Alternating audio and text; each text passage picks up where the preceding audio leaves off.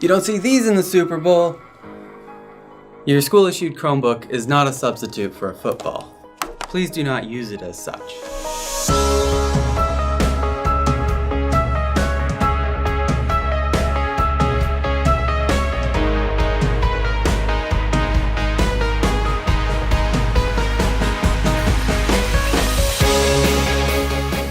Hi, this is Eric, and I'm going to teach you how to correctly handle and care for your school-issued Chromebook.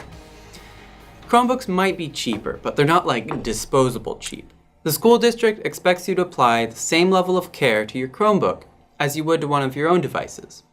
Actually, I've seen some of your phones. We expect you to take maybe a little better care of our stuff than you would one of your own. Just do your best not to break it. That's all we ask. Accidents happen, but take as many steps as you can to have them not happen. Your Chromebook is issued with a case that fits like a glove. Please don't remove it. The case protects your Chromebook from day-to-day scratches and bumps that are unavoidable for something in a bag full of school supplies.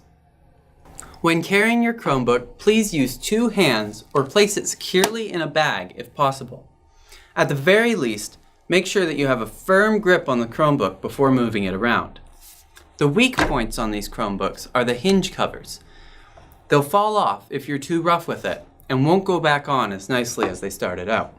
So if a hinge cover falls off, you might have to live with an annoying piece of plastic for the rest of the year.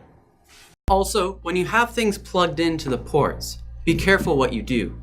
Yanking on the cord may break the cord that's plugged in, but also the port itself. Make sure to unplug everything except super low-profile USB devices before transporting your Chromebook. Please don't eat or drink around your Chromebook.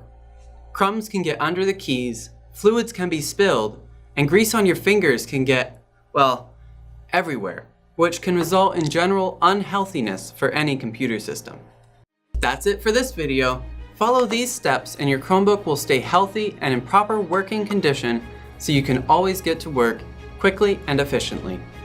Join me again in my next few videos for an exploration of the features your Chromebook has to offer, as well as some troubleshooting tips for when you run into problems down the line.